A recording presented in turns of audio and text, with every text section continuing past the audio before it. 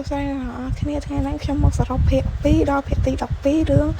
ងសូមប្រោសបានមកខ្ញុំវិញមកហើយបាទភាគ1ខ្ញុំយកបានតែអញ្ចឹងមានតែមើលនៅ page មួយទៀតរបស់ខ្ញុំហើយភាគហ្នឹងខ្ញុំសរុបហើយបើចង់បានភាគបន្តទៀតទៅស្អែកបាទខ្ញុំធ្វើ2ភាគរួមបញ្ចូលគ្នាមុននឹងចូលដល់ Slack ឬក៏ Flick Live Subscribe ខ្ញុំម្នាក់មួយផងហើយបើអ្នកចង់ឧបត្ថម្ភខ្ញុំ Flick ឧបត្ថម្ភតាមជួបអននេះផងអរគុណច្រើនសួស្តីអ្នកទាំងអស់គ្នាជួបខ្ញុំ Admin Nomi ទៀតថ្ងៃនេះមកសម្រាប់រឿងសូមប្រោសបានមកខ្ញុំវិញមកភាគ2ដោយកូនក្មេងតើខ្ញុំបានកើតជាថ្មីមែនទេតែបើខ្ញុំកើតជាថ្មីមិនការចងចាំរបស់ខ្ញុំនៅដូចឡើយឬក៏ប្រហែលជា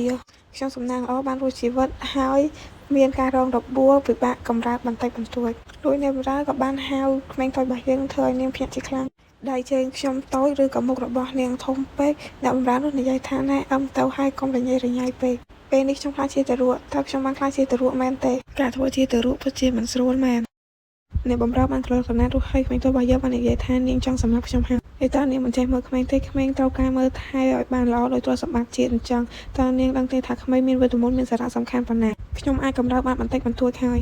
ខ្ញុំពិតជាបានខ្លាចជាទារកមែនខ្ញុំគិតថាបន្ទាប់ពីខ្ញុំខំប្រឹងធ្វើការជាច្រើនរួចមកខ្ញុំបានសម្រេចយ៉ាងស្រួលហើយផ្ទុយទៅវិញខ្ញុំបាត់បង់អ្វីៗទាំងអស់ហើយឥឡូវខ្ញុំជាប់ក្នុងខ្លួនទារកដ៏ទន់ខ្សោយទៀតហើយអ្វីជីវិតខ្ញុំអយុត្តិធម៌ម្ល៉េះស្ងប់អារម្មណ៍សិនហេឡាតាំងតស្តិឲ្យត្រូវឲ្យគាត់ឲ្យច្បាស់ខ្ញុំមិនបានចាល់កំណើតជាថ្មីទេប្រហែលជាខ្ញុំមិនបានកើតជាថ្មីទេប៉ុន្តែខ្ញុំបានចូលក្នុងរាងកាយទារកនោះជំនួសវិញតើនេះគឺជាឆ្នាំអ្វីហើយនេះនៅទីកន្លែងណាហើយអ្វីបានជាបន្ទប់នេះស្រឡះម្ល៉េះអ្នកបម្រើនោះនិយាយថាមិនបានជាអាទិត្យនេះខ្ញុំត្រូវមើលថែក្មេងម្នាក់នេះទៅវិញភាសាក្រៅអាណាចាអូម៉េងនេះអញក្រឡាមែនទេយ៉ាងណាក៏ដោយគ្រាន់តែជាក្មេងឈាមលាយហើយឡាក៏ថាមិនក៏នាងនិយាយអីចម្លែកអញ្ចឹងកន្លែងដំបងដែលខ្ញុំកើតមុនគេគឺជាចក្រភព Heron ឈប់សិនចក្រភព Heron ចង្រៃនោះក៏មកពីចក្រភព Heron ដែរទោះយ៉ាងណាក៏ដោយអ្វីដែលសំខាន់ពេលនេះគឺខ្ញុំនៅមានជីវិតហើយការចងចាំរបស់ខ្ញុំក៏នៅដដែលដែរមុននេះខ្ញុំវិលមកបន្តិចប៉ុន្តែឥឡូវនេះខ្ញុំលែងអីហើយជប់សិនតើនាងប្រហែលជាមិនគិតថាទុកក្មេងឲ្យនៅកន្លែងដ៏តូចចង្អៀតបែបនេះទេមែនទេងាកមកនេះបន្តិចមកឲ្យខ្ញុំចេញពីទីនេះទៅតើនាងថ្លង់មែនទេ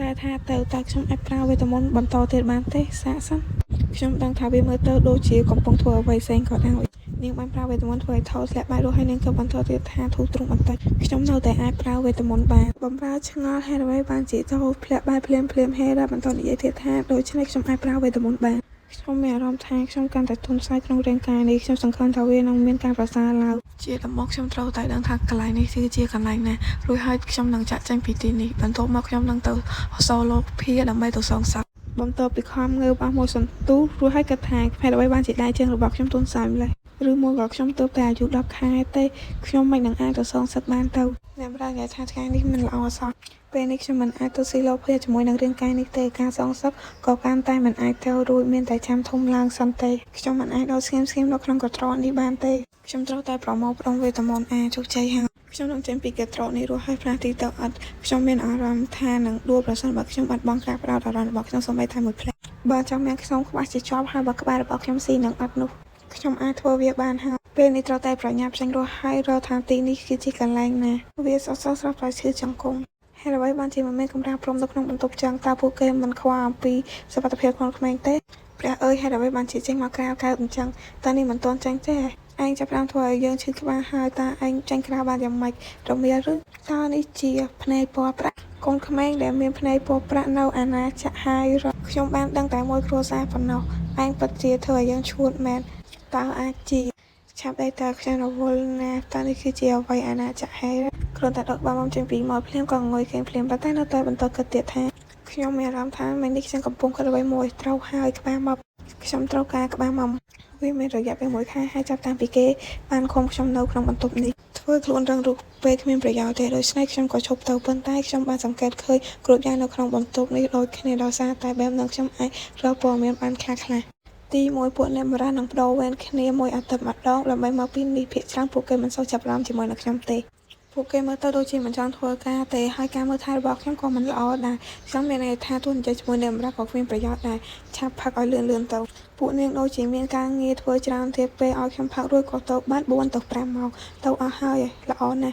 ់ទី2មានហេតុផលខ្លះខ្ញុំត្រូវតែមានក្បាលម៉ាំកញ្ចាស់នេះជាប់មករហូតបើមិនអញ្ចឹងទេខ្ញុំនឹងងុយគេងខ្ញុំយល់អំពីវាបន្តមកព្យាយាមពីបេះដូងរួចមកហើយ ទី3ទីនេះប្រហែលជាតំបន់នៃអង្គការខ្លោននៃអាណាចក្រហេរ៉ានមានរឿងនិទានច្រើននៅហេរ៉ានប៉ុន្តែរឿងនិទានដ៏ល្បីល្បាញបំផុតគឺគ្រួសារអាថ៌កំបាំងមួយដែលមានភ្នែកពណ៌ប្រាក់ថ្ងៃមួយទេពធីតាពីឋានសួគ៌មានរូបកាយស្រស់ស្អាតនិងសក់ពណ៌ប្រាក់បានធ្លាក់ពីលើមេឃមុនបានមកជួបស្នេហាជាមួយនឹងមនុស្សប្រុសម្នាក់គូស្នេហ៍ទាំងពីរមានកូនជាមួយគ្នាផងដែរដោយនឹកស្មានមិនដល់ក្មេងម្នាក់នោះកើតមកមានភ្នែកពណ៌ប្រាក់មិនដូចជាមនុស្សដទៃទេដោយសារតែកូនចៅនៃគ្រួសារនោះតែងតែមានភ្នែកពណ៌ប្រាក់បន្ទាប់មានន័យថាឈាមនៃក្រកលសួគ៌នៅតែមានក្រោមមកសមាជិកក្នុងគ្រួសារម្នាក់បានបង្កើតកេរ្តិ៍ឈ្មោះដ៏ល្បីល្បាញដល់ចក្រភពអធិរាជទី1ចូលចិត្តបរិសុទ្ធនោះខ្លាំងណាស់ដល់ថ្នាក់ព្រមទទួលគាត់ធ្វើជាមិត្តហើយគាត់ទទួលបានអត្ថប្រយោជន៍ជាច្រើនទាំងកេរ្តិ៍ឈ្មោះគ្រួសារខ្លាំងនិងសិទ្ធិផ្សេងៗទៀតដូច្នេះទី4អត្តសញ្ញាណរបស់ខ្ញុំដោយផ្អែកទៅលើអ្វីដែលខ្ញុំបានលើកឡើងនៅខាងលើខ្ញុំគឺជាក្មេងម្នាក់ដែលតាក់ទងជាមួយនឹងគ្រួសារខ្លាំងខ្ញុំប្រហែលជាមានឋានៈខ្ពង់ខ្ពស់ប៉ុន្តែមិនត្រូវបានគេស្វាគមន៍និយាយបណ្ដាក៏ប្រើវេទមន្តចេញពីកត្រកបណ្ដាក្មេងស្រីអាយុ10ខែជា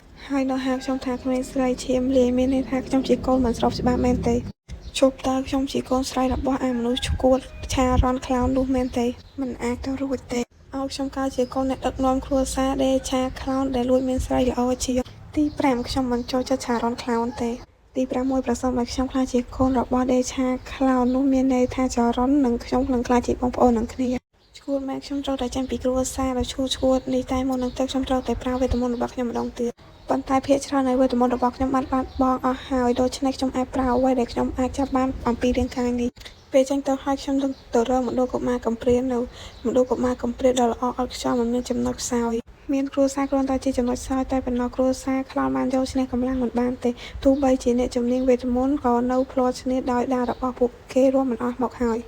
នៅពេលដែលពួកគេប៉ះទង្គិចជាមួយនឹងស៊ីឡូភៀខ្ញុំផ្ទាល់ក៏តស៊ូបន្តិចដែរវាត្រូវបានគេនិយាយថានៅក្នុងបន្ទប់ក្រោមដីរបស់គ្រួសារអាចកំបាំងអំពីកងទ័ពខ្ញុំគួរតែទៅយកវាឲ្យលួចរូបទៅឲ្យឆ្ងាយអស្ចារ្យណាស់ខ្ញុំគួរតែមើលជុំវិញផ្ទះរបស់មនុស្សឈួតនោះសិនប៉ុន្តែជាដំបូងខ្ញុំត្រូវតែលាងក្បាលមុខដល់កញ្ចាស់មួយនេះសិនហេរ៉ាកំពុងវាបណ្ដារហេតុកាត់ថាខ្ញុំត្រូវការរកកន្លែងលាងក្បាលមុខជាមុនសិន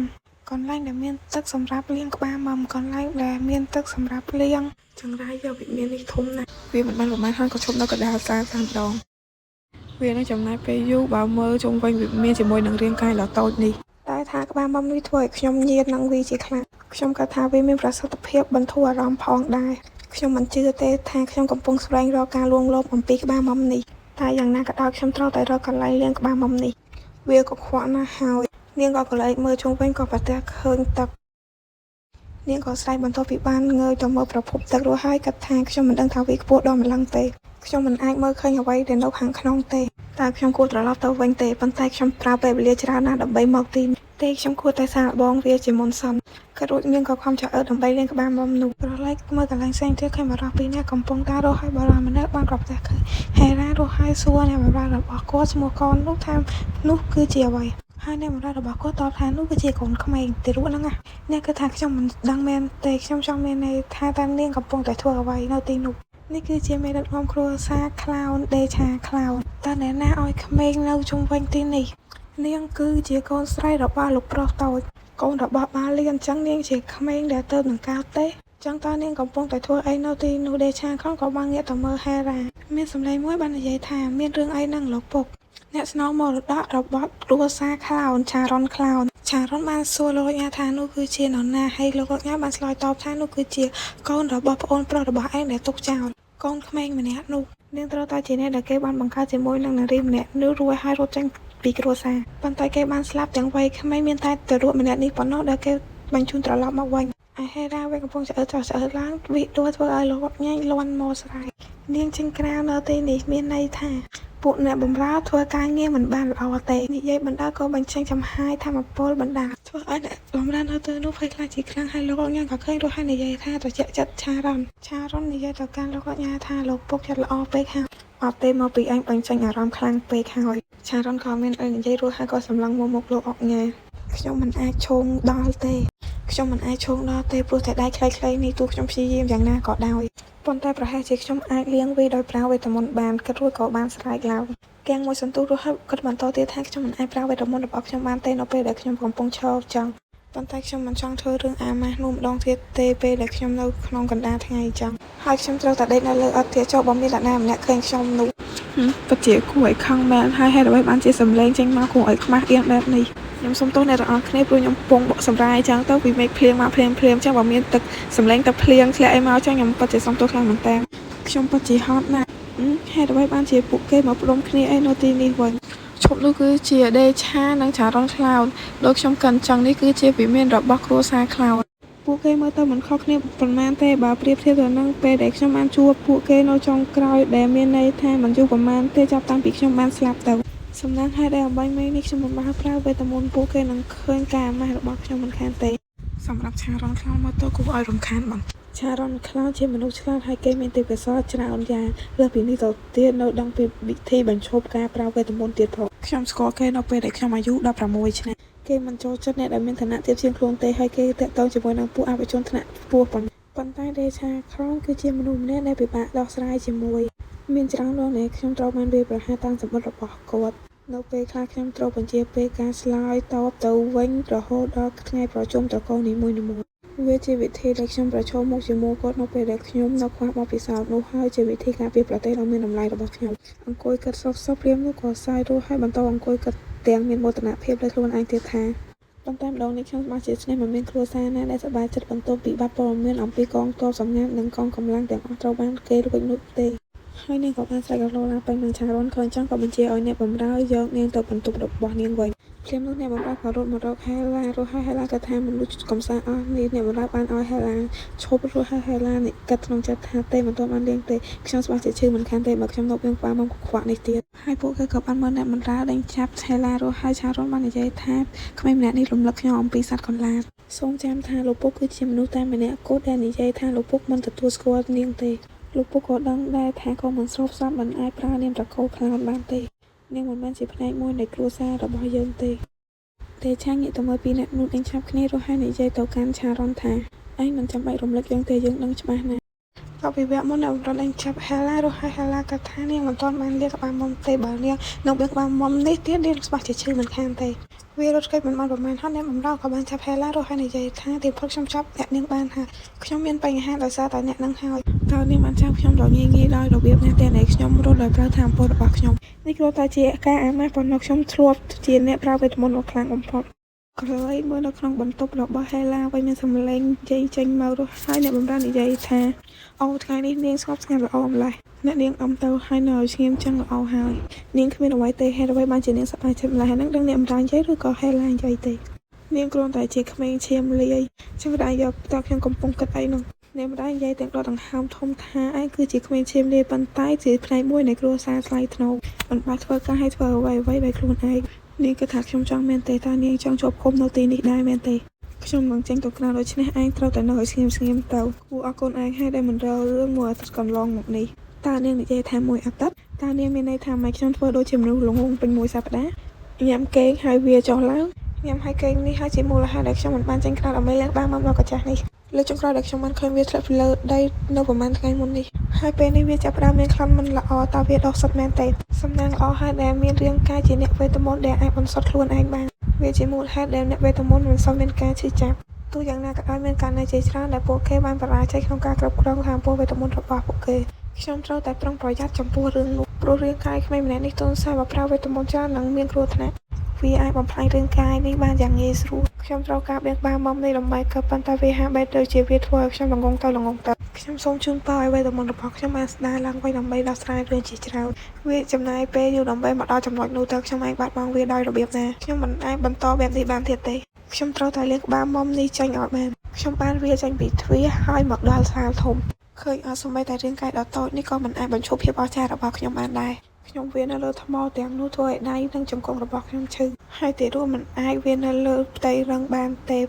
េតែខ្ញុំអាចយល់បានគ្មានអ្នកណាម្នាក់ត្រូវបានគេធ្វើបែបខ្លាំងជាងកូនពាក់កណ្ដាលនៃគ្រួសារអភិជនជាន់ខ្ពស់ឡើយកុំបារម្ភអីក្មេងធំខ្ញុំនឹងខ្លាចជាអ្នកវេទមន្តខ្លាំងជាងគេនៅក្នុងពិភពហើយចក្រភពហើយរិននិងអ្នកអុកញ៉ាខោនឹងនៅក្រោមខ្ញុំតារាមណាខ្ញុំនៅក្នុងរូបរាងកាយនេះការកាត់តែម្នាក់ឯងធ្វើខ្ញុំសប្បាយចិត្តខ្ញុំពិតជាមានមោទនភាពចំពោះខ្លួនឯងណាយ៉ាងណាក៏ដោយនៅទីនេះដូចជាមានស្រះមួយនៅក្នុងសួនប៉ុន្តែខ្ញុំមិនបានឃើញអ្នកណាម្នាក់នៅតាមផ្លូវដែលខ្ញុំធ្វើដំណើរមកទីនេះទេបើស្ងាត់ចឹងល្អហើយខ្ញុំនឹងយកទីនេះជាកន្លែងលាក់ខ្លួនហើយនឹងជាកន្លែងលាក់បាមុំរបស់ខ្ញុំវាមិនបានប្រមាណហោះក៏បានឃើញខ្លោងទ្វារដើម្បីចូលទៅក្នុងស្រះ ទីបំផុតខ្ញុំអាចលាងក្បាលមុំរបស់ខ្ញុំហើយលាហើយក្បាលមុំដែលមានក្លិនស្អុយហើយនាងបានវាលឿនជាងមុនទៅទៀតរស់ហើយបានមកអង្គុយមកស្រះហើយនាងក៏បានយកក្បាលមុំដាក់ចូលក្នុងស្រះដើម្បីលាងប៉ុន្តែនាងមិនអាចលាងក្បាលមុំបានទេហើយដើម្បីបានជាខ្ញុំមិនអាចឲ្យបានឬមួយព្រោះតែខ្ញុំខ្លីពេកខ្ញុំមិនអាចឲ្យខ្លាំងជាងនេះទេព្រោះខ្ញុំនឹងធ្លាក់ចូលស្រះបើខ្ញុំព្យាយាមខ្លាំងជាងនេះខ្ញុំមិនអាចប្រើវេទមន្តបានទេនៅពេលដែលខ្ញុំនៅក្នុងទឹកហើយនោះជាការបញ្ចប់ដ៏អាក្រក់បំផុតប៉ុន្តែបើខ្ញុំមិនអាចរកវិធីបានទេខ្ញុំមិនអាចលាងក្បាលមុំនេះបានទេតើមានវិធីផ្សេងទៀតដើម្បីលាងវាទ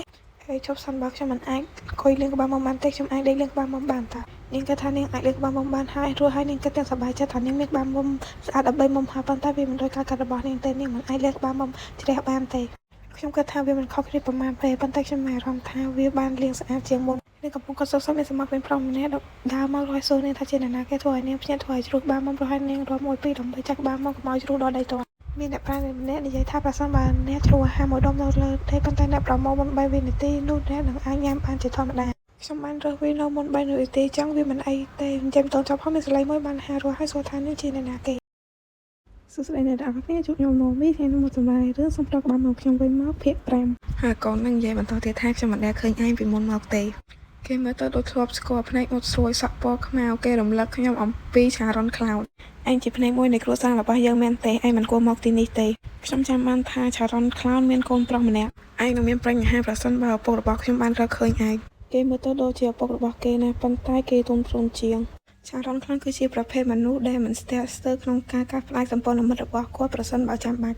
់ដោយសារតែរឿងទាំងនេះហើយគាត់ត្រូវបានគេដាក់រហស្សនាមថាបេសាឈាមដៃគាត់មិនជោគចិត្តដោះស្រាយជាមួយនឹងអ្នកដែលមិនមានសមត្ថភាពទេហើយគាត់ក៏មិនដោះស្រាយជាមួយនឹងអ្នកទាំងនោះមកពីគ្រួសារមិនសំខាន់ដែរមានតែអ្នកនឹងស្មើនឹងគាត់ប៉ុណ្ណោះដែលអាចនិយាយជាមួយនឹងគាត់បានប្រសិនបើខ្ញុំហេឡាអ្នកវេទមន្តដ៏អស្ចារ្យមកពីគ្រួសារមិនសំខាន់ក៏គាត់នឹងមិនអើពើនឹងខ្ញុំដែរជួយដែលគ្មានបេះដូងមិនឆ្ងល់ទេថាហេតុអ្វីបានជាអ្នកបម្រើរបស់ខ្ញុំគួរឲ្យខ្លាចវាធ្វើឲ្យខ្ញុំភ័យខ្លាចដោយគិតថាបរិយាបែបនេះអាចជាឪពុករបស់ខ្ញុំឬក៏ជាបងប្រុសរបស់ខ្ញុំឆារ៉ុនខ្លោចតូចនៅទីនេះគាត់មើលទៅអាយុប្រហែលជា5ឆ្នាំគាត់ពិតជាក្មេងណាស់នៅពេលខ្ញុំប្រហែលជាអាយុ5ឆ្នាំខ្ញុំអាចប្រើវេទមន្តរង្វង់ថ្នាក់ទាបបានខ្លះតាមពិតទៅខ្ញុំប្រហែលជាអាចអនុវត្តនៅរាល់មូលដ្ឋានគ្រឹះនៃវេទមន្តកម្រិតមធ្យមបន្តិចនៅពេលនោះព្រោះវាងាយស្រួលទេក្នុងការរៀនអ្វីមួយដែលអ្នកធ្លាប់មានបទពិសោធន៍រួចមកហើយប្រសិនបើខ្ញុំឈានដល់កម្រិតដែលខ្ញុំអាចបង្កើតថ្មវេទមន្តឬក៏វត្ថុវេទមន្តផ្សេងៗនៅពេលដែលខ្ញុំនៅម្នាក់ឯងខ្ញុំអាចធ្វើការងារដើម្បីចិញ្ចឹមជីវិតរបស់ខ្ញុំបានខ្ញុំចង់មានន័យថាបើវេទមន្តខ្ញុំឈានដល់កម្រិតជាក់លាក់ណាមួយខ្ញុំនឹងចេញពីទីកន្លែងនេះរួចហើយយកព័ត៌មានបានយ៉ាងងាយស្រួលអ្នកទៅផ្លូវរបស់អ្នកទៅហើយខ្ញុំទៅផ្លូវរបស់ខ្ញុំពេលនេះក្បាលមុំរបស់ខ្ញុំខណៈពេលដែលខ្ញុំរើសវាក្នុងរយៈពេល3វិនាទីខ្ញុំនៅតែមានអារម្មណ៍មិនសប្បាយចិត្តចំពោះវាអរគុណណាស់ខ្ញុំគិតថាខ្លួនស្អុយនឹងបាននៅពេលដែលខ្ញុំលាងវាជាច្រើនដងឆារ៉ុនតូននិយាយដាស់តឿនហេឡាថាមិនគួរនៅទីនេះទេព្រោះពុករបស់គេស្អប់អ្នកនៅទីនេះណាខ្ញុំសូមហៅឆារ៉ុនតូនសិនព្រោះគេអត់ទាន់ប្រាប់ឈ្មោះហេឡាក៏ក្នុងចិត្តថាឲ្យឆារ៉ុនតូនជាសត្វអត់ដែលរំខានខ្លួនក៏ទាំងងាកមុខទៅមើលគេរស់ហើយងាកមុខមកវិញក៏បន្តទៀតថាតើអ្នករំពឹងអីណាគឺជាកូនបេសាឈាមឯកឈាមដៃនឹងគឺឈាមត្រជាក់ហ្នឹងណាឆារ៉ុនតូននិយាយដាស់តឿនហេឡាបន្តទៀតថាខ្ញុំប្រាប់អ្នកហើយអ្នកនឹងត្រូវបានគេបោះបង់ចោលអ្នកដឹងទេមនុស្សចុងក្រោយដែលត្រូវបានចូលសួនច្បារលោកប៉ារបស់ខ្ញុំដោយគ្មានការអនុញ្ញាតត្រូវបានគេដេញចេញបន្ទាប់ពីកាត់សរសៃដៃសរសៃជើងរបស់ពួកគេចោលហេឡាក៏ក្នុងចិត្តទាំងកាំងថាគាត់បានកាត់សរសៃដៃសរសៃជើងរបស់ពួកគេចោលដោយសារតែពួកគេចូលក្នុងសួនច្បារនេះតើគាត់គឺជាមនុស្សឈួតប្រភេទណាទៅប្រកបណាស់សូម្បីតែនៅស៊ីឡូភាក៏ខ្លាចគាត់ជាងអ្នកណាទាំងអស់ហើយមានស្លេងមួយបានស្រែកហៅហេឡារស់ហើយយំទូពិតថាយំឲ្យដកខ្លួនចេញពីការប្រជុំនៅថ្ងៃខាងមុខរស់ហើយហេឡានិយាយក្នុងចិត្តថាវាពិតជាអាក្រក់ខ្លាំងណាស់ដែលមនុស្សជាច្រើនមិនចង់ចូលរួមកិច្ចប្រជុំការទូតរវាងហៃរ៉ិននិងស៊ីឡូភាឆារ៉ុននិយាយថាវាជាការប្រួយបារម្ភថានេះគឺជាសូឡូភាដ៏ល្អបំផុតហេឡាបន្តនិយាយទៀតថានៅពេលដែលគាត់បើកមាត់របស់គាត់អ្នកវេទមន្តភាគច្រើនមិនអាចនិយាយអ្វីបានទាំងអស់ដោយសារតែរឿងនេះវាតែងតែខ្ញុំនឹងមានលេនដែលដោះស្រាយជាមួយនឹងឆារ៉ុនកុំគិតអំពីវាព្រោះខ្ញុំវាធ្វើឲ្យខ្ញុំបាក់ទឹកចិត្តខ្ញុំត្រូវតែទទួលបានការសងសឹករបស់ខ្ញុំបានចិញ្ចឹមគាត់ហើយឥឡូវនេះវាដល់ពេលដែលខ្ញុំបានបំផ្លាញគាត់ហើយយើងនឹងកម្ចាត់ជនក្បត់ទទួលអំណាចនៅក្នុងប៉មវេទមន្តឡើងវិញហើយក៏បំផ្លាញអាណាចក្របេក្ខដាលចោលផងដែរប្រហែលជាឯងមិនយល់ទេព្រោះឯងគឺជាទារកប៉ុន្តែឪពុករបស់ខ្ញុំគឺជាបរិសុទ្ធដែលគួរឲ្យខ្លាចម្នាក់ឆារ៉ុនតូននិយាយបន្តទៀតថាគាត់មើលថាសួននេះដែលខ្លួនឯងមានតែអ្នកដែលមានការអនុញ្ញាតប៉ុណ្ណោះដែលអាចចូលនៅក្នុងនេះបានឯងមានន័យថាបរិសុទ្ធឈាមត្រជាក់ម្នាក់នោះជាអ្នកមើលថែសួនច្បារនេះដែលខ្លួនឯងវាពិតជាពិបាកក្នុងការជឿខ្ញុំមិនអាចស្រមៃឃើញរូបភាពឆារ៉ុនខ្លោនមើលថែសួននៅទីនេះទេ ព្រោះនេះគឺជាសួនដែលម្ដាយរបស់ខ្ញុំចូលចិត្តហើយរយបានជាអ្នកចែករំលែកជីវិតឯកជនរបស់អ្នកជាមួយខ្ញុំភ្លាមអញ្ចឹងតើអ្នកមិនឃើញខ្ញុំជាទារកទេកូនក្មេងនេះហើយឡាមិនត្រឹមតែគិតទេថែមទាំងជាចរន្តតូចទៀតផងចរន្តតូចបន្តនិយាយថាខ្ញុំបានលើឪពុកម្ដាយរបស់ខ្ញុំបានស្រួលប្រកែកគ្នាយ៉ាងខ្លាំងហើយពួកគាត់បានលែងឃ្លះគ្នាទៀតផងខ្ញុំមិនខ្វល់ទេខ្ញុំមិនចង់ដឹងអាពាហ៍ពិពាហ៍បរាជ័យរបស់ចរន្តក្លោនទេប៉ុន្តែខ្ញុំស្រឡាញ់អ្នកម៉ាក់របស់ខ្ញុំនិយាយរួចតអង្គុយយំរួចហើយនិយាយបន្ថែមទៀតថាខ្ញុំនឹកអ្នកម៉ាក់របស់ខ្ញុំហេឡាក៏ទាំងហួសចិត្តថាតើក្មេងប្រុសនេះកើតស្អីនឹងប្រសិនបើនេះជាកូនរបស់ឆារ៉នក្លោននោះគេនឹងក្លាយជាសត្រូវរបស់ស៊ីឡូភានៅពេលក្រោយខ្ញុំគ្មានហេតុផលដែលត្រូវធ្វើល្អចំពោះគេទេខ្ញុំគិតថាឆារ៉នក្លោននឹងរឹតបន្តឹងជាមួយនឹងកូនប្រុសរបស់គេប៉ុន្តែខ្ញុំមិនយល់ទេយ៉ាងណាក៏ដោយខ្ញុំមិនដឹងថាត្រូវលួងគេដោយរបៀបណាទេហើយខ្ញុំដឹងថាការលួងលោមគេក៏មិនអាចបានផលដែរការនិយាយថាមិនអាចទេចំពោះក្មេងគឺមិនសប្បាយចិត្តសោះនោះមានអ្វីក្រៅពីការកុហកទេក៏ដូចនាងក៏វាចេញរស់ហើយឆារ៉នទៅសួរថាចង់ទៅណារស់ហើយនាងបន្តគិតតែថាខ្ញុំត្រឡប់ទៅវិញហើយមុននឹងអ្នកបម្រើដឹងថាខ្ញុំបាត់ហើយនឹងគិតយ៉ាងណាប្រសិនបើជាគេចាប់បានឯងនៅទីនេះនិយាយរួចគេក៏បានសម្លឹងមើលហេឡាវាចាក់ចាញ់ទៅក្រឡេកមើលហេឡាវាបណ្ដាលគិតបណ្ដាលទៀតថាខ្ញុំអាចមានអារម្មណ៍ពីស្នាមជាប់នៅលើចង្កូងនឹងដៃរបស់ខ្ញុំគិតថាវាមិនអាចជួយបានទេចាប់តាំងពីនោះនឹងមានការវាជាច្រើនដងដែលត្រូវធ្វើខ្ញុំនឹងត្រូវវាឲ្យបានច្រើនហើយស្វែងរកមធ្យោបាយលឿនជាងនេះនឹងងាយស្រួលជាងមុនដើម្បីមើលជុំវិញនឹងកំពុងកាត់សោស្រាប់តែមានសម្រាប់ជើងដើរមកទីនេះរួចហើយនឹងគិតថាមានមនុស្សដើរមកទីនេះហើយខ្ញុំមិនអាចគេចេញដោយការវាបានទេខ្ញុំវាយឺតណាស់ក៏រួចនាងក៏បានដើររកកន្លែងដើម្បីរត់គេរួចហើយនាងបានទៅឃើញកន្លែងមួយនាងក៏រមារួចហើយក៏អឺមើលថាជាអ្នកណាគេរួចហើយនាងបានឃើញចរន្តខោនៅទីនោះប្រសិនបើខ្ញុំត្រូវបានគេចាប់បានខ្ញុំនឹងត្រូវបានគេកាត់សរសៃជើងជាមិនខានទេចាញ់ពីទីនេះល្អជាងតែមើលកន្លែងចរន្តខោបែងក៏ប្រទះឃើញមានអីចម្លែកនៅគុំព្រៃរួចហើយក៏ចាប់ណារងសម្លឹងមើលកន្លែងដែលហេរ៉ានដល់ពីមុនរួចហើយក៏ថាអ្នកដែលហ៊ានចូលសួនច្បារនេះគឺជាក្មេងម្នាក់នោះស្នាមប្រឡាក់នៃត្រកូលគ្រួសារអុកញ៉ាលាយជាមួយនឹងប្រភពឈាមដែលមិនស្គាល់តើខ្ញុំគួរតែសម្លាប់នាងចោលទេខ្ញុំនឹងនិយាយថាវាជាកំហុសមួយហើយខ្ញុំគិតថានាងគឺជាអ្នកស្លៀនពានហើយឆារ៉នសម័យឃើញអ្នកអុកញ៉ានិយាយថាអ្នកស្លៀនពានតើឯងគិតថាយើងគឺជាមនុស្សល្ងងមែនទេលោកពុកគាត់មិនជឿការបោកប្រាស់ដ៏ងាយស្រួលទេចំពោះសួនច្បារខ្ញុំគួរតែពិចារណាឡើងវិញកាលចូលមកក្នុងសួនច្បារឆារ៉នក្រោមបានហៅកាយសាខ្លាំងរួចហើយកាយសាក៏បានងើបឆារួចហើយនិយាយថាខ្ញុំសុំទោសខ្ញុំមិនគួរមកទីនេះដោយគ្មានការអនុញ្ញាតពីលោកពុកទេមិនអីទេគ្មានហេតុផលអីដែលកូនមិនអាចចូលមកទីនេះបានទេនិយាយរួចឆារ៉នកាត់ថាស្មៅនឹងដៃមានសភាពទ្រុបទ្រោមដូចជាមានអ្វីមួយវាលើសំដីតែផ្លូវក៏ដូចជាមានអ្វីមួយអូសដៃកាយសាតើកូននៅទីនេះតែម្នាក់ឯងទេឬកាយសាបានឆ្លើយបដិសេធរួចហើយនិយាយបន្តទៀតថាមានក្មេងតម្នាក់នៅទីនេះផងដែរឆារ៉នសួរបន្តថាក្មេងនោះមកទីនេះធ្វើអីឆារ៉នមើលមុខកាយសារួចហើយក៏ក្នុងចិត្តថាផ្នែករបស់គេក្រហមថាគេយំដងទៀតហើយគេប្រហែលជានឹងដល់គេហើយមើលតើកាយសាឆ្លើយនឹងសំណួរដែលឆារ៉នសួរមុននេះថានាងហាក់ដូចជាកំពុងសម្អាតរបស់ដែលទារកបៀមនៅក្នុងមាត់របស់ពួកគេឆារ៉ននិយាយថាកូនចំមានន័យថានាងកំពុងតែលាងក្បាលមុំហើយកាយសាក៏បានចូលស្រោប៉ាយល់ហើយកូនអាចត្រឡប់ទៅវិញមុនបានកាយសារឿងស្ទើររួចហើយនិយាយថាតើប៉ានឹងស្ដីឲ្យនាងមែនទេតើប៉ានឹងដេញនាងចេញមែនទេឆារ៉ននិយាយឲ្យកាយសាទៅមុនទាំងមិនមើលមុខនិយាយរួចឆារ៉នក៏បានគិតក្នុងចិត្តថាខ្ញុំដូចជាមិនបានចិញ្ចឹមគេឲ្យតឹងរឹងទេតែដោយសារតែគេមើលទៅដូចខ្ញុំខ្លាំងពេកមែនទេយ៉ាងណាក៏ដោយក្មេងម្នាក់នោះមកទីនេះដោយសម្អាតក្បាលមកឆារ៉នក៏ថាពីទីនេះបន្ទប់របស់នាងឆ្ងាយណាស់តើជាការចោយដន្យឬមានហេតុផលអ្វីផ្សេងក៏រួចក៏សម្លឹងមើលស្នាមដែលត្រូវបានវាលើថ្ងៃបន្ទាប់នៅក្នុងបន្ទប់របស់ហេឡា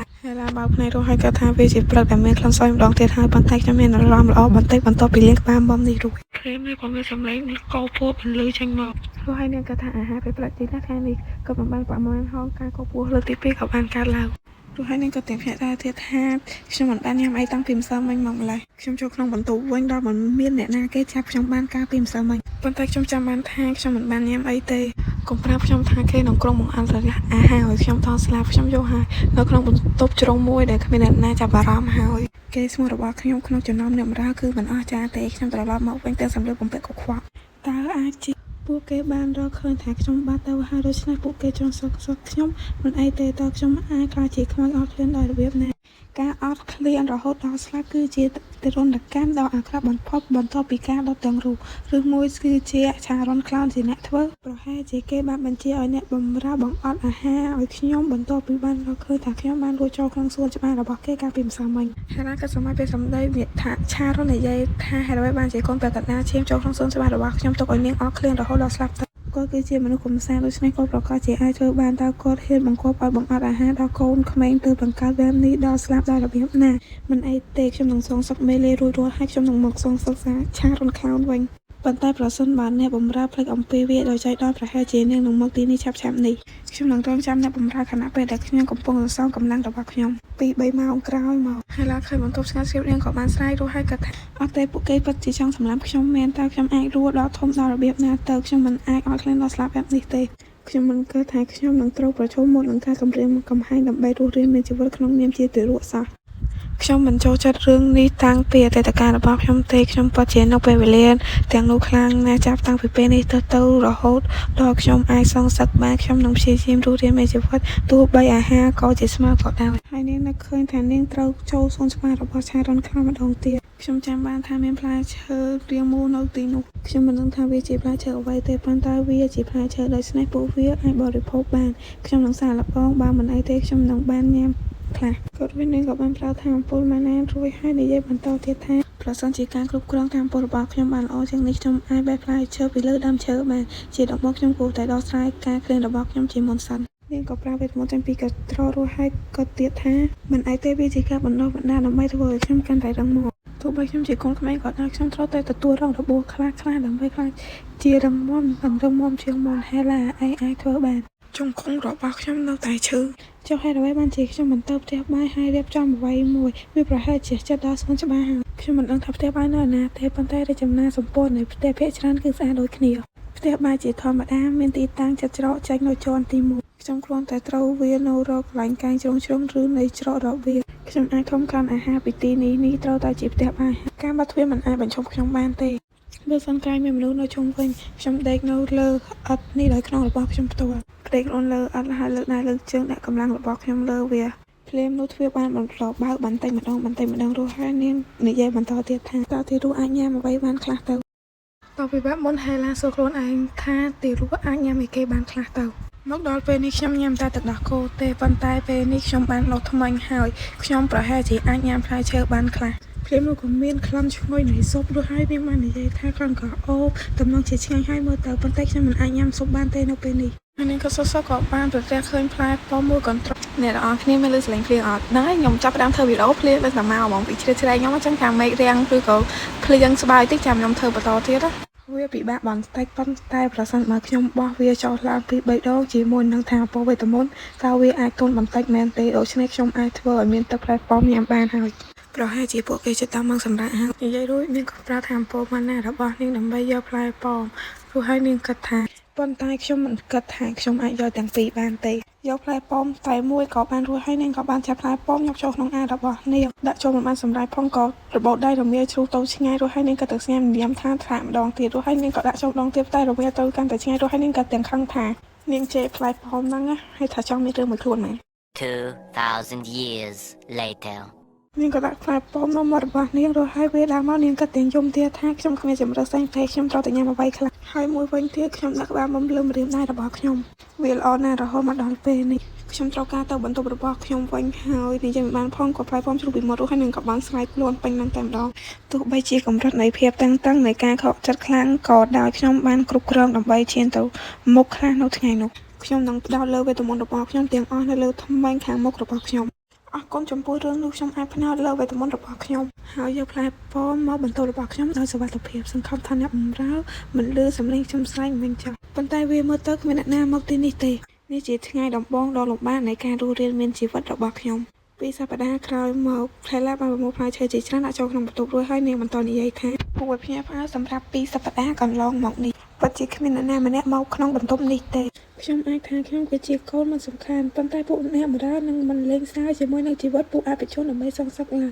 ប្រសិនបើខ្ញុំជាទារកធម្មតាខ្ញុំប្រហែលជាស្លាប់យូរហើយនេះគឺជារឿងអាម៉ាស់ក្នុងជីវិតទោះយ៉ាងណាក៏ដោយជាមួយនឹងអាហារដែលបានប្រមូលមករហូតពេលនេះវាអាចជួយចំអកក្រពះខ្ញុំបានជាច្រើនថ្ងៃ ម្ដងមកការខ្ញុំបានលួចផ្លែឈើពីផ្ទះបាយឬផ្លែស្ទ្រូប៊េរីតូចៗនិងផ្កាដែលអាចបរិភោគបានហើយទុកវានៅលើស្លឹកឈើមួយចំនួនដែលខ្ញុំបានប្រមូលមកវាដល់ពេលដែលខ្ញុំចាញ់ក្រៅហើយខ្ញុំត្រូវតែរក្សាជីវិតឲ្យបានធំធាត់យ៉ាងមានសុវត្ថិភាពការទៅដើរលេងគឺជារឿងមួយក្នុងចំណោមការងារដែលខ្ញុំបានធ្វើហើយខ្ញុំបានធ្វើវាជារៀងរាល់ថ្ងៃដើម្បីទទួលបានខ្យល់អាកាសបរិសុទ្ធនិងការលេងសម្អាតក្លាមរបស់ខ្ញុំកន្លែងនេះស្ងាត់ដោយរាល់ដងអញ្ចឹងវាមិនឈឺពេកទេសូម្បីតែខ្ញុំវានៅលើអត់ដោយសារតែស្នាមរបួសលើជង្គង់របស់ខ្ញុំអ្វីដែលសម្រាប់ខ្ញុំនឹងធ្វើឲ្យខ្លួនឯងកាន់តែខ្លាំងមកដល់ហើយឃ្លាំងអាហាររបស់ខ្ញុំការនឹងផ្លែឈើស្ទ្រូប៊េរីដែលខ្ញុំបានប្រមូលនៅក្នុងបន្ទប់របស់ខ្ញុំបានលួនមកពីសួនច្បាររបស់ Sharon Clown នេះក៏ព្រោះតែមានរបស់ជាច្រើនដែលអាចទទួលទានបានក្រៅពីគ្រឿងលម្អនៅទីនេះនាងបានវិញមកកន្លែងដែលនាងផ្លែឈើពីមុនរស់ហើយគិតថា Sharon Clown ពិតជាគួរឲ្យខ្លាចការគេបានកាត់ដើមផ្កាដែលខ្ញុំបានចំណាយពេលចុងក្រោយដើម្បីបេះវាខ្ញុំរើសយកកន្លែងខាងក្នុងដើម្បីកុំឲ្យមានផុសតាំងបន្តិចតើគេបានក៏សង្កួរពួកគេដោយរបៀបណាប្រសិនបើខ្ញុំបន្តរឿងនេះគេប្រកាសជាទៅចាប់ខ្ញុំជាមិនខានទេក៏មិនបានប្រមាណហើយពេលនោះនាងក៏បាននៅសម្លេងយំព្រោះហើយនាងក៏បានងាកឃើញកូនរបស់ Sharon Clown យំសួរដំណើរគេកំពុងយំម្ដងទៀតហើយលើកចុងក្រោយដែលខ្ញុំបានរើផ្កាពួកយើងក៏បានជួបគ្នាហើយកូនរបស់ Sharon Clown នឹងសួរ Hela ថាពងធ្វើអី Hela បាននិយាយបន្តទៀតថាប៉ុន្តែខ្ញុំបានធ្វើពុតជាមិនលឺហើយចាក់ចាញ់ដោយមិនមានរឿងអ្វីទាំងអស់ខ្ញុំមិនអាចរើផ្លែឈើបានទេប្រសិនបើគេនៅក្បែរនោះអញ្ចឹងខ្ញុំខ្លាចថាខ្ញុំគ្រាន់តែលៀងក្បាលមុំប៉ុណ្ណោះនៅថ្ងៃនេះតើគេឈ្មោះអ្វីទៅគេបានប្រាប់ខ្ញុំពីមុនខ្ញុំដឹងថាគេគឺជាកូនរបស់ Sharon អញ្ចឹងវាប្រហែលជាកូនប្រុសរបស់ Sharon Clown ឈ្មោះក៏ប្រហែលជាស្រដៀងគ្នាហើយតែតែពីក្នុងជើថាកងៀកក្រោយគេរំខានខ្ញុំណាខ្ញុំមិនចង់ស្ដាប់កំណត់ហេតុនៃការរៀបការរបស់ Sharon Clown ទេកាយសានក៏បានសួរ Hela ថាពងរវល់មែននេះមិនខ្វះពីសម្ដីកាយសានរស់ហើយបន្តក៏ទៀតថាធ្វើដូចនេះដើម្បីវាស្អាតព្រមនោះកាយសានក៏បានងើបដើរមកប្តេកខ្លួននៅចិត្ត Hela រស់ហើយនិយាយថាតើឯងកំពុងធ្វើអីនៅគ្រប់ពេលវេលានៅទីនេះHela មើលមុខកាយសាររស់ហើយឲ្យកាយសារចេញឲ្យឆ្ងាយកាយសារនិយាយបន្តទៀតថាខ្ញុំអាចជួយលាងសម្អាតវាបាននេះគឺជាការតាក់ទាញអារម្មណ៍មួយដែររបស់ខ្ញុំហើយដើម្បីលាងសម្អាតក្បាលមុំនេះនាងដកក្បាលមុំចេញពីទឹកហើយដាក់ចូលមាត់រស់ហើយនិយាយបន្តទៀតថាឲ្យខ្ញុំបៀមបន្តិចសិននាងយកក្បាលមុំឲ្យកាយសារឲ្យលាងឲ្យរស់ហើយក៏អស់ក៏ចាប់ភាគទី7យើងចូលភាគទី8វិញម្ដងចាប់ផ្ដើមភាគទី8កាយសារបាននិយាយថាវាមិនងាយស្រួលទេហើយណាបានកាត់ទាំងដកដង្ហើមធំថាខ្ញុំបានដឹងថាវាក៏ខ្វះបើគ្រាន់តែខ្ញុំមានសារធាតុចម្រាញ់ពីស្លែមចេញពីស្លែមរួមផ្សំជាមួយនឹងសារធាតុដទៃទៀតនឹងល្អឥតខ្ចោះសម្រាប់ក្បាលមុំដែលងាយស្រួលក្នុងការថែទាំសារធាតុចម្រាញ់ពីស្លែមមានលក្ខណៈសម្បត្តិបន្សុទ្ធព្រាមនោះកាយសានក៏បានហត់ក្បាលមុំឲ្យ Hela វិញរួចហើយថាប៉ុននេះបាននៅអូខ្ញុំគិតថាគេចេះតែយំមួយយ៉ាងតើពិតគេមានប្រយោជន៍ជាងអ្វីដែលខ្ញុំបានគិតទៅទៀតវាស្អាតជាងពេលដែលខ្ញុំបានលាងវាទៅទៀតឥឡូវនេះក្បាលមុំលាងរួចហើយខ្ញុំគួរតែត្រឡប់ទៅបន្ទប់របស់ខ្ញុំវិញទេរក់ក៏ត្រូវការគេងឲ្យបានទៀងទាត់ផងដែរកន្លែងនេះកាយសាននិយាយថាទើបថាកំប៉ុងមកទីនេះទេប្រយ័ត្នគួរឲ្យរំខានណាស់ថ្ងៃនេះខ្ញុំរើផ្លែឈើមិនសូវបានទេត្រូវត្រឡប់ទៅវិញហើយឆាប់ដេកឬសម្រាប់បន្តិចសិនហើយកាយសានក៏នៅតែសួរទៀតថា Hela នឹងឈ្មោះអីគេ Hela ឡើងឆ្ងល់ថាហេតុអ្វីនឹងបានជាកាយសាននឹងតាមខ្លួនហើយកាយសាននឹងតស៊ូខ្លាំងម្ល៉េះ Hela និយាយទៀតថាខ្ញុំត្រូវបានទេខ្ញុំទាំងតែនិយាយអីជាមួយគាត់ហើយមិនទាន់បាននិយាយឲ្យហងភ្លាមនោះបានបៀនឮសំឡេងស្រែកយ៉ាងខ្លាំងលាន់ឮចេញមកធ្វើឲ្យពីរនាក់អីភ័យជាភ្ញាក់មិនភ័យទេច្រឡំភ្ញាក់ជាខ្លាំងធ្វើឲ្យនាងគិតដល់សម្លេងដែលធ្លាប់ស្គាល់មួយរួចហើយនាងបាននឹកឃើញតា Griffin ព្រាមនោះ Griffin ក៏បានហោះឡើងលើក្បាលរបស់នាងតែម្ដងរួចហើយនាងបន្តទឹកទាំងភ្ញាក់ផ្អើលទៀតថាតើអ្នកយាមប្រាសាទកណ្ដាលជួនមកធ្វើអីនៅទីនេះធ្វើឲ្យបើទំហំនិងរូបរាងរបស់វាធំក៏ដោយវាមានទំនោរទៅរកសត្វដែលតូចជាងចំណែកឯកាយសារវិញងាកមើលហើយនៅសម្លឹងមើលនោះទាំងឆ្ងល់ថានោះគឺជាអ្វីពិសេសជាងនេះទៅទៀត Griffin កំណត់គោលដៅលើសត្វតូចៗដែលនៅរួមដល់ពេលនេះហើយ Hela ក៏បានវាយជើងកាយសារឲ្យឆាប់រត់ទៅហើយកាយសារនៅសួរ Hela ថានៅមានរឿងអីទេឆាប់រត់ទៅខ្ញុំបានប្រមានឯងហើយការពារខ្លួនឯងទៅខ្ញុំទៅមុនហើយក៏ចឹងហើយ Hela ក៏បានវាយ៉ាងលឿនទៅកំពតព្រៃមួយព្រាមនោះក៏មានឮសំឡេងស្រែកសួរថាមានរឿងអ្វីកើតឡើងតើមានរឿងអ្វីកើតឡើងហេតុអ្វីបានជាសត្វវេទមន្តនៅទីនេះ Hela ឧទានឈ្មោះដែលឆាខ្លានរស់ហើយបន្តក៏ទៀតថាត្រូវហើយគាត់គឺជាអ្នកប្រយុទ្ធដ៏ជំនាញម្នាក់គាត់នឹងថែរក្សាស្ថានភាពនេះឲ្យបានល្អហើយដេឆាខ្លានក៏បានបន្តស្រែកទៀតថាតើឯងហ៊ានចូលផ្ទះយើងផង Griffin ក៏បានស្រែកសារជាថ្មី Hela បន្តទៅទៀតថានោះមិនមែនជាសម្លេងយំធម្មតារបស់ពួកវាទេនោះគឺជាសម្លេងស្រែកដែលចង់វាយប្រហារអ្នកណាម្នាក់ព្រាមនោះ Griffin ក៏បានហក់ទៅរកកាយសានដែលអង្គុយនៅទីនោះ Hela បន្តគិតទៀតថា កូនរបស់ឆារុនខ្លោខ្ញុំប្រាប់គេឲ្យរត់ចេញតើមានអ្វីមួយចំពោះគេមែនទេកែសានបាត់ភ្នែកចាំទទួល Griffin មកដល់ភ្លាមនោះសម្លេងមួយបានហៅកែសានឲ្យមកទីនេះកែសានងាកមើលសម្លេងប្រភពសម្លេងដោយស្នាមញញឹមរួចហើយបានថារ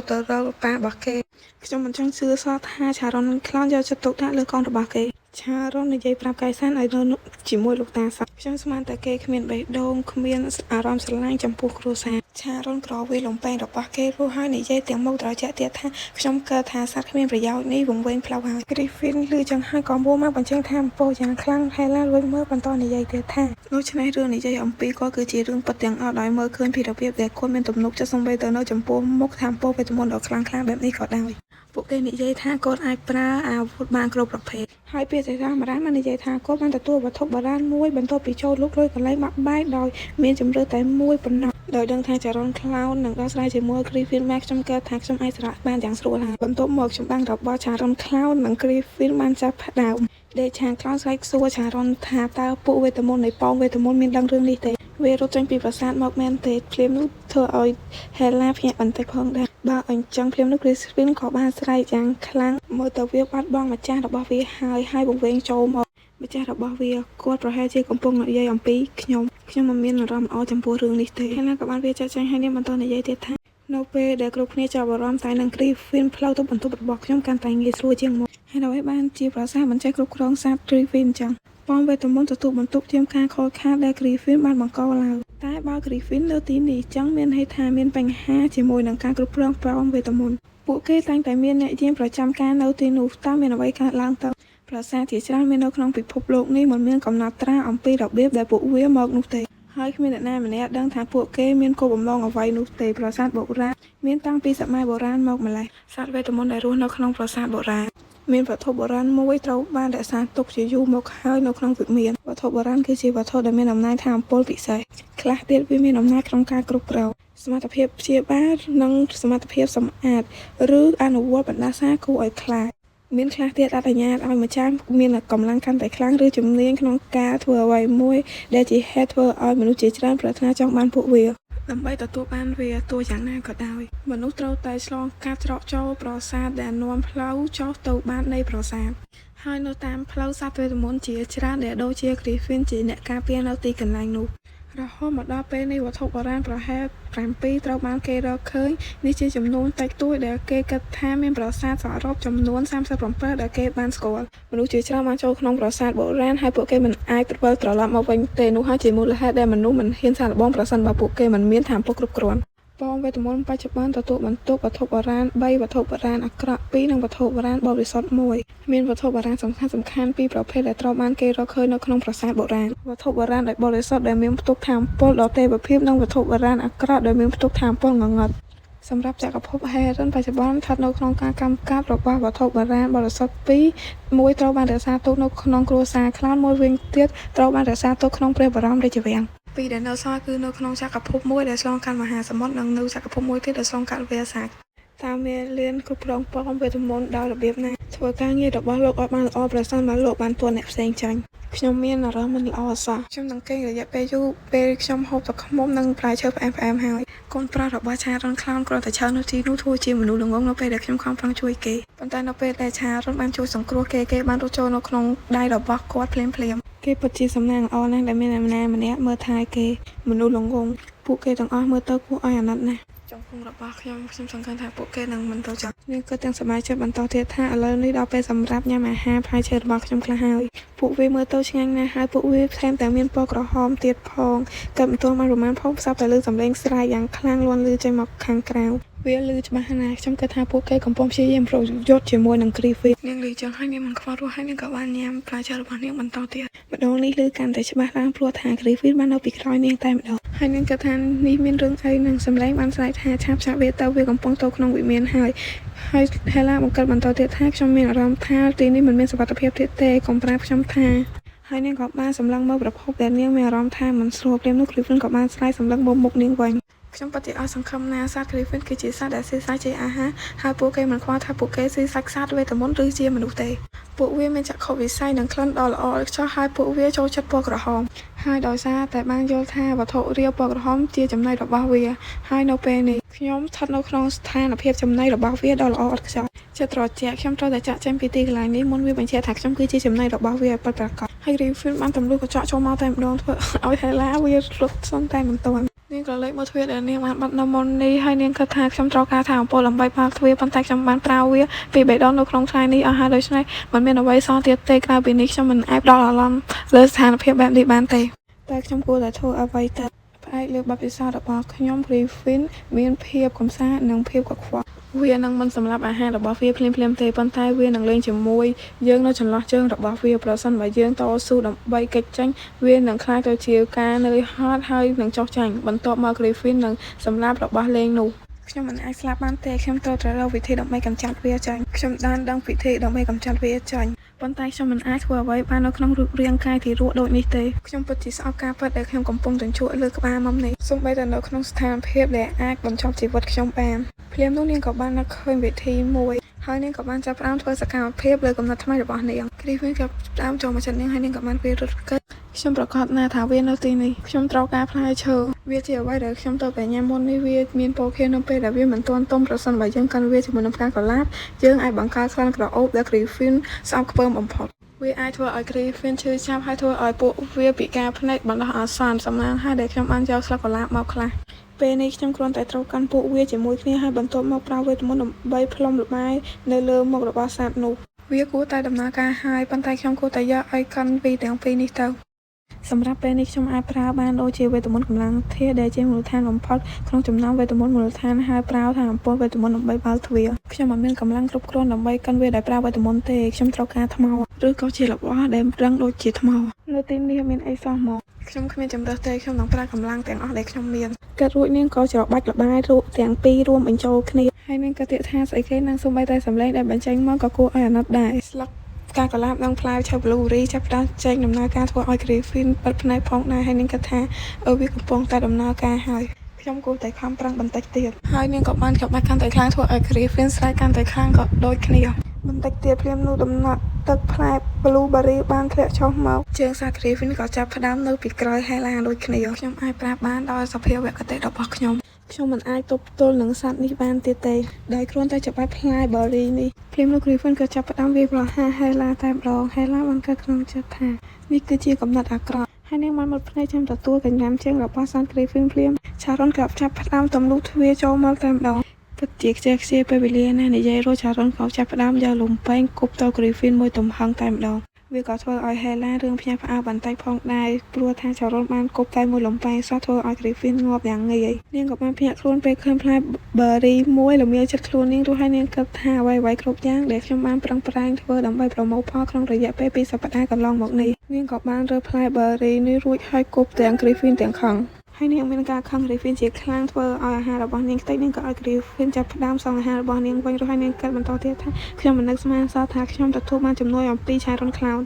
បើជាគួរឲ្យស្អប់មែនហើយ Sharon ចាប់ផ្ដើមសម្លឹងមើល Hela នៅតែគិតបន្តទៀតថាខ្ញុំត្រូវតែចាប់ផ្ដើមប្រមូលវាម្ដងទៀតហើយភ្លាមនោះពាក្យសត្វកន្លានមួយចេញពីមាត់ Sharon ធ្វើឲ្យ Hela ភ្ញាក់ជាខ្លាំងហើយនាងក៏បានគិតក្នុងចិត្តថាសត្វកន្លាតតើគេកំពុងតែហៅខ្ញុំថាម៉េចមិញនេះមនុស្សចិត្តអាក្រក់ភ្លាមនោះដូចឆាក៏បានស្រែកហៅឈ្មោះ Sharon ខ្លាំងៗតើឯងបានចាត់ការ Griffin ហើយឬមិនទាន់បានសួរចប់ផងក៏គ្របផ្ទះឃើញ Hela ហើយក៏សួរទាំងឆ្ងល់ថាហេតុអ្វីបានជាក្មេងនៅទីនេះតើលោកនិយាយចង់មានន័យថាម៉េចនេះគឺជាបន្ទោសរបស់ខ្ញុំចឹងហើយនេះគឺជាហេតុផលដែលខ្ញុំនៅទីនេះតទៅពីវគ្គមុនបន្ទាប់ពីដេឆាសួរ Sharon ថាហេតុអ្វីបានជាក្មេងនៅនេះធ្វើឲ្យ Hela មកជាខ្លាំងសួរហេតុអ្វីបានជាលោកនិយាយអញ្ចឹងនេះគឺជាបន្ទោសរបស់ខ្ញុំហើយនាងក៏បានក្រេកមើលអាហាររបស់នាងរួចហើយនាងបានគិតថាចង្កងរបស់ខ្ញុំឈឺដោយសារតែវាដើម្បីប្រមូលអាហារទាំងអស់នេះតើមានរឿងអីចំពោះខ្ញុំនឹងតើខ្ញុំបាត់បង់សមត្ថភាពដើម្បីគ្រប់គ្រងអារម្មណ៍របស់ខ្ញុំហើយមែនទេសឹងតែមិនជឿថាខ្ញុំប្រអាចចែកក្នុងការកម្ចាត់ Griffin នេះហើយអាហារទាំងអស់ដែលខ្ញុំប្រមូលបានគឺអត់ប្រយោជន៍ហ្មង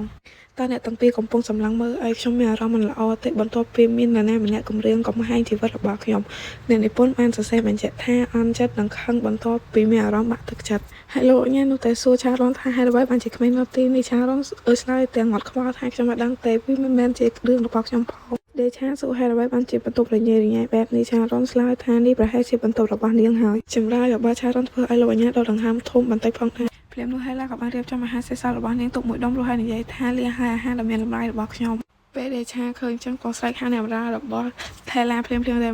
យើងមិនខ្វល់ទេថានាងចំពោះធ្វើឲ្យប៉ុន្តែនាងមានឈាមជ័ររបស់យើងហេតុអ្វីបានជានាងក្នុងស្ថិតនៅក្នុងសភាពទ្រុបទ្រោមបែបនេះខេនឆាប់ទៅហៅអ្នកបម្រើមកទីនេះភ្លាមហើយក៏បានយកព្រមដល់ចាក់ចេញទៅចារុនសួរដេឆាថាហេតុអ្វីបានជាលោកពុកត្រូវខឹងអ្នកបម្រើនោះមិនថាឯងចូលចិត្តនាងឬអត់ទេនាងគឺជាកូនរបស់ប្អូនប្រុសរបស់ឯងមេលានកុំនិយាយបែបនោះទៀតដេឆាក៏បានសម្លឹងមើលហេឡាពីក្បាលដល់ចុងជើងជាហេតុធ្វើឲ្យហេឡាមានការឆ្ងល់ជាខ្លាំងហើយហេឡាក៏ថាអូព្រះអើយតើគាត់បានក៏សង្កត់ឃើញថាអាហារទាំងនេះមកពីសួនច្បាររបស់គាត់ហើយមែនទេហើយចារុននិយាយថាពេលវេលាបានផ្លាស់ប្ដូរអ្វីៗគ្រប់យ៉ាងវាបានធ្វើឲ្យលោកពុកទុំចិត្តបែបនេះហើយហេឡាក៏ថាកុំឲ្យចារុននឹងមកចិត្តខ្លួនជាធម្មតាខ្ញុំមិនមានអារម្មណ៍ថាមាននរណាម្នាក់គំរាមកំហែងខ្ញុំទេប៉ុន្តែខ្ញុំបានលួចផ្លែឈើជាច្រើនចេញពីសួនរបស់គេចារុនចូលចិត្តទុកដាក់ខ្លាំងណាស់ចំពោះសួនច្បារនោះគេច្បាស់ជាមិនឲ្យខ្ញុំរួចខ្លួនដោយងាយស្រួលនោះទេយ៉ាងណាក៏ដោយខ្ញុំភ្ញាក់ផ្អើលជាខ្លាំងពេលដែលនាងលាក់ផ្លែឈើទាំងអស់ដែលនាងបានរកបានពីសួនច្បារនោះហើយអត្តបិឆារុននឹងមិនត្រូវតែនិយាយយកជើងគេផ្លែប៉មគេទៅម្ខាងទៀតហើយដេឆាសួរថាឯងចង់មានទេថាសួនច្បារប្រពន្ធរបស់ឯងមែនទេ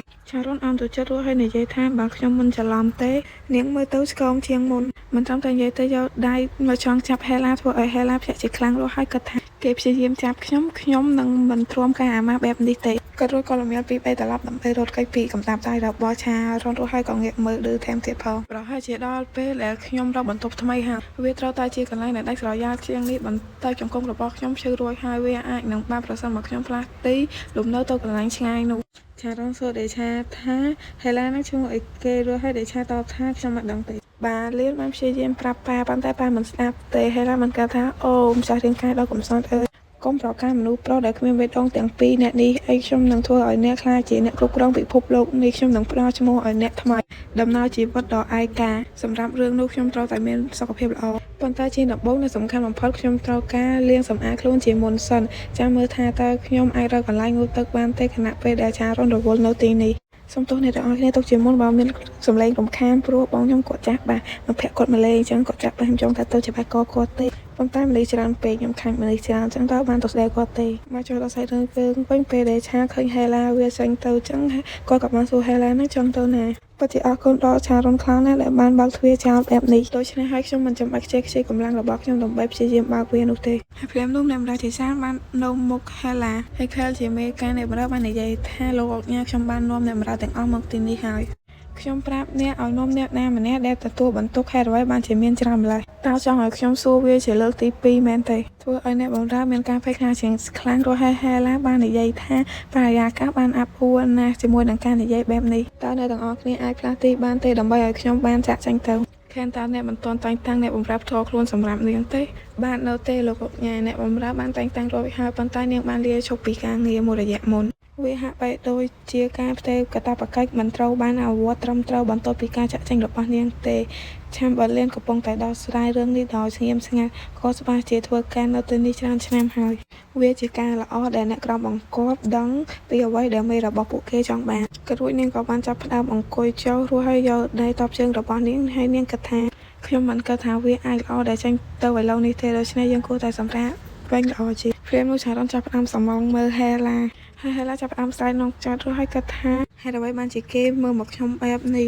វាពិបាកសន្និដ្ឋានថាគេនឹងគិតអ្វីពីក្រោយស្នាមញញឹមរបស់គេណាឆារនសួរអ្នកបម្រើថាតើនាងដឹងទេថាក្មេងបានលាក់ខ្លួននៅទីនេះហើយពួកអ្នកបម្រើទាំងអស់ឆ្លើយអត់ដឹងទាំងអស់គ្នាតែម្ដងហើយលោកអុកញ៉ាបានបន្តសួរទៀតថាពេលចុងក្រោយដែលនាងមើលថៃក្មេងនេះនៅពេលណាអ្នកខ្លះឆ្លើយថា2ខែហើយអ្នកខ្លះទៀតឆ្លើយថា6សប្តាហ៍ហើយម្នាក់ទៀតឆ្លើយថា1ខែហើយហេឡាក៏ទាំងហូចចិត្តថាខ្ញុំភ្ញាក់ផ្អើលនៅពេលដែលពួកនាងស្មោះត្រង់ឬប្រហែលដោយសារតែពួកនាងខ្លាចក្នុងការកុហកនិយាយឲ្យស្មោះត្រង់ទៅខ្ញុំមិនបានស្ដីបន្ទោសឲ្យអ្នកបម្រើទេអ្នកទូនសោយត្រូវបន្ទោសប្រសិនបើពួកគេលេបត្របាក់ក្នុងលោកនេះដែលមានតែអ្នកខ្លាំងប៉ុណ្ណោះដែលអាចនៅរស់បានហើយវាជារឿងធម្មតាសម្រាប់អ្នកតូចតាចដែលគ្មានអ្នកណាម្នាក់ការពារហើយក្មេងដែលសំណាងអាក្រក់ត្រូវបានស្លាប់ការកត់ត្រាម៉ារបស់ហេឡាមិនទាន់បានចប់ផងព្រាមនោះឆារនក៏បានស្រែកហាឲ្យអ្នកបម្រើថាដូច្នេះពេលវេលាចុងក្រោយដែលនាងបានមើលថែទៅរកនេះគឺ2សប្តាហ៍មុនពួកនាងឈួតហើយមែនទេហើយអ្នកបម្រើក៏សូមឱកាសពីលោកអុកញ៉ាបន្តទៀតចឹងទៅហេឡាក៏តែឆ្ងល់ថាហេតុអ្វីបានជាគាត់នឹងខឹងខ្លាំងម្ល៉េះគាត់គឺជាអ្នកដែលមិនអើពើនឹងខ្ញុំមុន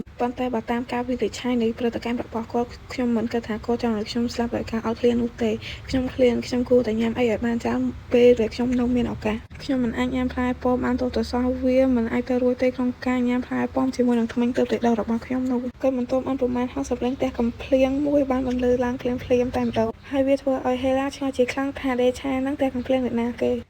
អ្នកគឺជា Chamberlain ដែលទទួលបន្ទុកគ្រប់គ្រងផ្ទះនេះតើអ្នកធ្វើការងារដូចនេះនឹង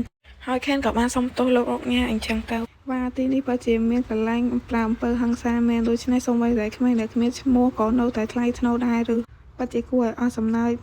ដេឆានៅសួរខេបន្តទៀតថាដូច្នេះតើក្មេងម្នាក់នេះធ្វើអីខ្លះនៅពីសប្តាហ៍នេះខ្ញុំមានដៃមានជើងអ្នកក៏បានដឹងដែរអ្នកគិតថាខ្ញុំមិនអាចគ្រប់គ្រងការដើរបន្តិចបន្តួចទៅសួនសម្រាប់អាហារមួយចំនួនឥឡូវនេះមិនមែនជាពេលវេលាសម្រាប់រឿងនេះទេខ្ញុំត្រូវតែចេញទៅក្រៅនៅពេលដែលឆារ៉ុនមិននៅទីនេះដៃនិងជង្គង់របស់ខ្ញុំពិតជាឈឺណាស់ខ្ញុំឃ្លានហើយសម្លៀកបំពាក់ខ្ញុំប្រឡាក់ថែមទៀតផងហើយនាងឃើញទ្វារដើម្បីចេញទៅក្រៅរួចហើយនាងនិយាយថាទីបំផុតខ្ញុំអាចចាក់ចេញនិយាយមិនទាន់ចប់ផងមានអ្នកណាម្នាក់ចាប់នាងហើយក៏បានធ្វើឲ្យនាងឆ្ងល់ជាខ្លាំងអ្នកដែលចាប់នាងគឺឆារ៉ុនសោះរួចហើយនាងក៏បានងាកទៅក្រៅដើម្បីមើលថាអ្នកណាបានចាប់នាងរួចហើយនាងពេញភ្លាមនៅពេលដែលឃើញឆារ៉ុនងាកមកមុខក៏បានប្រទះឃើញដេឆាម្ដងពិតជាល្អណាស់ខ្ញុំបានជួបគ្នាជាមួយនឹងបុរសដែលមានមុខចាស់និងម្នាក់ទៀតគឺជាបុរសដែលចិត្តអាក្រក់ពិតជាអាក្រក់បំផុតនៅក្នុងពិភពលោកក្មេងម្នាក់នេះមើលថែខ្លួនឯងនៅពេលដែលគ្មានអ្នកណាម្នាក់នៅមើលថែនាងមែនទេនាងបានលួចផ្កានិងផ្លែឈើពីសួនច្បាររបស់ខ្ញុំជាច្រើនដងធ្វើឲ្យលោកអុកញ៉ាភ្ញាក់ផ្អើលជាខ្លាំងរស់ហើយក៏បានសួរអាយុរបស់នាងបានអាយុប្រមាណឆ្នាំហើយ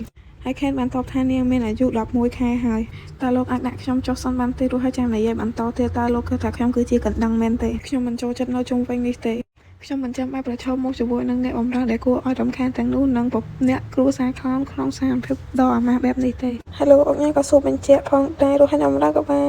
ឆ្លើយតាមនឹងទៅតើឯងប្រាប់ខ្ញុំថាក្មេងអាយុ11ខែបានចេញពីបន្ទប់របស់នាងហើយបានប្រមូលអាហារទាំងអស់ពីសួនច្បារដោយខ្លួនឯងឬលោកនិយាយអ្វីដែលលោកចង់និយាយទៅប៉ុន្តែលោកអាចដាក់ខ្ញុំចោលបានទេបើក្រឡេកមកពីមុនវិញបើលៀងក៏ជាក្មេងប្រុសដែលមានប្រាជ្ញារហ័សរហួនបើទោះបីជាមានចរិតមិនសមរម្យក៏ដោយខ្ញុំអត់ខ្វល់ទេកូនប្រុសរបស់ឆារ៉ុនខ្លាំងប្រាប់ខ្ញុំពីរឿងដ៏កំសត់របស់គេនៅអំពីអាពាហ៍ពិពាហ៍ដ៏ប្រឡាយចិត្តរបស់ឆារ៉ុនហើយឥឡូវនេះពួកគេកំពុងតែសោកស្ដាយចំពោះការពិតដែលពួកគេបរាជ័យក្នុងជីវិតហេតុអ្វីបានជាខ្ញុំនៅទីនេះដើម្បីស្ដាប់រឿងទាំងនេះប៉ុណ្ណឹងគ្រប់គ្រាន់ហើយឆារ៉ុនក៏បានឃើញហេឡាស្រែកញ៉ៃៗពេលរួចហើយក៏ដាក់ចោតបោះពាក្យសម្ដីយ៉ាងធ្ងន់ធ្ងរមួយទៅកាន់ហេឡាថាមើលទៅអាក្រក់ណាស់ហើយហេឡាបានស្រែកទៅវិញអាក្រក់លោកអាក្រក់ជាងខ្ញុំទៅទៀតព្រោះហើយនាងក៏បានវាចេញនាងក៏ថាខ្ញុំធ្វើប៉ុណ្ណឹងគ្រប់គ្រាន់ហើយខ្ញុំមិនអាចធ្វើវាបានទៀតទេភ្លាមនោះមានដៃធំមួយបានឈោងមកចាប់នាងមិនមែនជាពេលនេះទេបរោះចាស់ហើយនាងក៏បានវាចេញពីកំដៅដៃរបស់ដេឆាយ៉ាងលឿនហើយដេឆាមើលទៅនាងវាចេញយ៉ាងមុខមាត់តើអ្នកមានឃើញអ្វីដែលខ្ញុំធ្វើមុននេះទេខ្ញុំល្អក្នុងការរត់គេចពីមនុស្សណាឥឡូវនេះខ្ញុំពិតជាពូកែណាស់មើលទៅខ្ញុំប្រហែលជាទទួលបានរង្វាន់ហើយ